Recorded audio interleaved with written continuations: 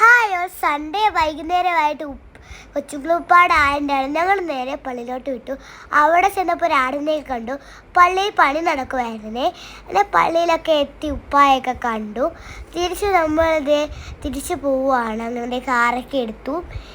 അങ്ങനെ എവിടെ പോകുമെന്ന് ആലോചിച്ചിരുന്നപ്പോഴാണ് എനിക്ക് അപ്പൂസിന് എൻജോയ്മെൻ്റ് ആയിട്ട് പാർക്കിൽ പോകാമെന്ന് കരുതിയത്. അങ്ങനെ ഞങ്ങൾ നേരെ പാർക്കിലോട്ട് വണ്ടി വിട്ടു.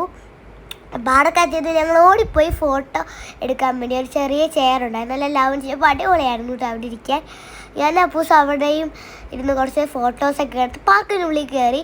പാർക്കിനുള്ളിൽ കയറുന്നത് ഞാൻ ഓടി കയറി സ്ലൈഡറിൽ കയറാൻ വേണ്ടിയിട്ട്.